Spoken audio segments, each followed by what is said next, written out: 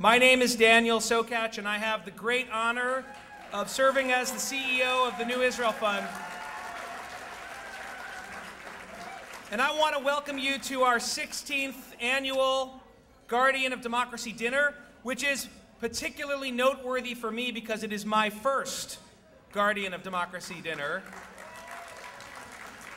We have a great and inspirational evening prepared for you tonight. You think I'm just doing standard introductions, but if you don't listen, you'll miss all of the wit and the wisdom. I'm gonna tell you for a quick second about what you have coming. Later on in the evening, I will introduce our Inspirer-in-Chief, our keynote speaker, Avram Berg. But there are other people who will help inspire you tonight, and I want to talk about two of them right now. Our two honorees who you'll hear from soon enough, Diane Jordan Wexler and Jeremy Litzt.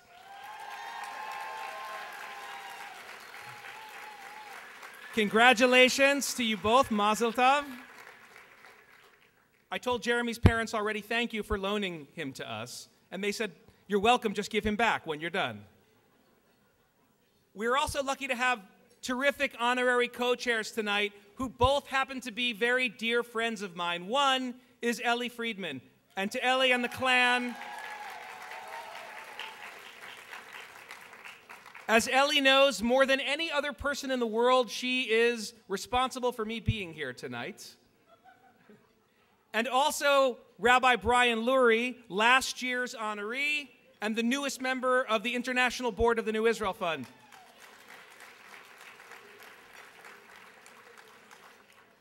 On a very personal note, I am also very proud to have three other close friends here tonight with us. Our Consul General from the State of Israel, Akiva Tor.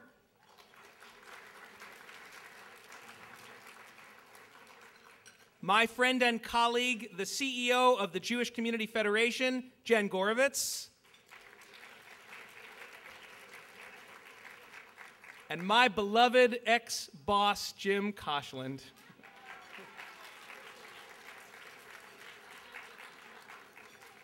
I don't have to do what he tells me to anymore.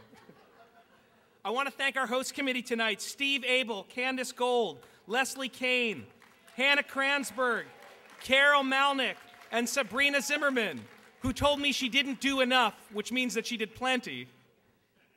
And I want to thank the regional board members who are here tonight and our incredible NIF Bay Area staff, Orly, Becky, Jason, and Tessa, without whom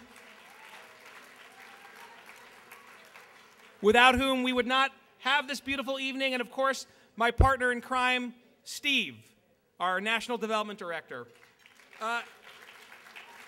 Mostly though, we are here tonight because of you. And I want to thank you for supporting the New Israel Fund, for sharing our love of Israel, and for joining us in our commitment to a vision of Israel that lives up to its founding values and founding principles. Look around this room tonight, and you will see the face of the pro-Israel Bay Area. And I am particularly proud of the generational mix that we have here tonight. There are a lot of members of the next generation of progressive Jewish leadership in San Francisco and the Bay Area, and that is a testimony to Diane's vision and belief, to Jeremy's generation, and to the generation that I still like to claim that I'm a part of.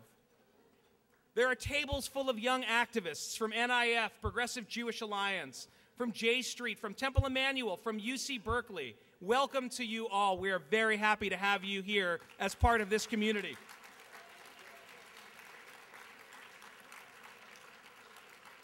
Okay, I need to tell you a very quick story. Okay, listen. In 1994, I lived in Israel. I lived there for a couple of years, and if you're doing your math, you know that those were the golden years. 93 to 95 were golden years for Israel. And I volunteered. I was a young guy, and I volunteered for a community organization called Singor Kahilati, Community Advocacy. It's a grantee of the New Israel Fund. And every day, Singor Kahilati trained Arab and Jewish residents of one of the poorest Jerusalem neighborhoods to be community organizers and to build a better city for all of its residents. And one day, I was walking home in 1994 from my job as a volunteer for this group, and I was walking through the Shuk Machane Yehuda, the great outdoor market in Jerusalem, when suddenly I and everybody else on the street heard the roar of a jet airplane and looked into the sky to see flying low over Jerusalem from the east a huge 747, which came in from the east, circled the city twice slowly as if saluting, and then flew back to the east. And all around me, people were saying, Mise, Mise, who was it? Who was that?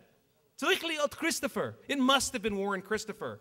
Because who else other than the then American Secretary of State could fly an airplane violating enemy airspace over Jordan, over the West Bank to Jerusalem, and then back? And as I reached my neighborhood, I saw the 50-something-year-old Moroccan owner of the local makolet, the local bodega, the neighborhood store in my neighborhood, who was sitting on an overturned milk crate listening to a transistor radio, which had just, I'd heard the beeps of the news telling me that it was time for the news. And I said to him, so who was in the airplane? And this guy, who I bought my milk from, my cornflakes from every week, looked up at me, and I still get the chills when I remember the tears in his eyes, and he looked at me and he said, this big, burly Israeli, Ze haya melech. He said, it was the king. And it was that way that we in Jerusalem learned of the peace accord that had been signed between Jordan and Israel. And the old fighter pilot, King Hussein, piloted his Royal Jordanian jet over Jerusalem, and the old Palmach commander, Yitzhak Rabin, was in the control tower at the airport talking to him. And that was the way that we learned that peace had come. Our tradition teaches that there are, in fact, two Jerusalems. There is a heavenly Jerusalem, Yerushalayim Lemala, an aspirational Jerusalem, and an earthly Jerusalem, Yerushalayim Shel Mata, the Jerusalem that we live in, that we work in, that we build and repair. And in that moment, on that day in 1994, I felt I saw the two Jerusalems glimmering together just for an instant, because I knew that every day there were thousands of people, like the Arabs and Jews who worked in the organization that I volunteered for, who were working to build an earthly Jerusalem that was livable and fair. And up there, literally in the sky, I saw the airplane representing the promise, the aspiration of an Israel at peace with itself and with its neighbors. And that image, throughout all the pain and the sorrow and the disappointments that have happened since then, was burned on my soul, and it stays with me today. And I felt at that moment that I knew what I had to stand for. And that's why I came to the New Israel Fund, because that is the work of the New Israel Fund. For 31 years, we have worked to incubate, launch, and support the organizations and individuals engaged in the ongoing effort to build a just society, one that reflects the highest aspirations of both the democratic tradition and of the prophets of Israel. We, NIF, were the funder and the founder of the Israeli versions of the ACLU, the Sierra Club, the National Organization for Women. We were the proud first funders of Israel's now vibrant LGBT community. And now, even as they speak unpopular truths to power, we are proud to serve as the cornerstone of Israel's human and civil rights community. You'll hear tonight, and you know, that these are extremely challenging times for our Israel. Conversion bills, loyalty oaths, a labeling of dissent as treason increasing in many quarters. The liberal and democratic character of Israel is at risk, as it's rarely been before, but that's why right now the work of the New Israel Fund is more important than ever before, and it's why your support means so much to us now. And on that note, I want to thank all of you here tonight for raising almost $250,000 for NIF and our family of organizations. Thank you for that. And thank you for everything that you do every day to support the vision of Israel that we all believe in.